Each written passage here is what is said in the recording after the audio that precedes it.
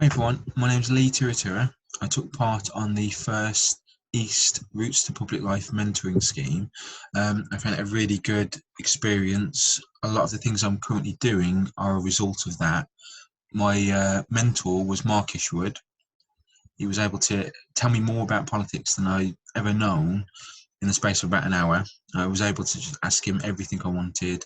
He was so clear and took the time to speak with me. It was a great experience, and he continued to engage with me across the six month period. I'm so grateful for that because after hearing about his journey and the steps he took as a former teacher like myself, I pretty much just emulated his steps. I became a school governor. I applied, and I also became a governor, sorry, a board member for Nawami in North Wales, and I'm always seeking out opportunities to increase my capacity.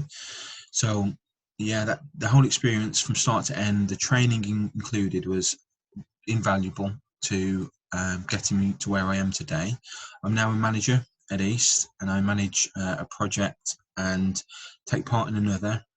And yeah, I wear so many hats. I feel I've learned and grown so much as an individual and professional.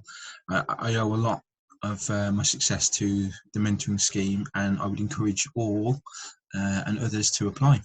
Good luck if you are, and see you soon.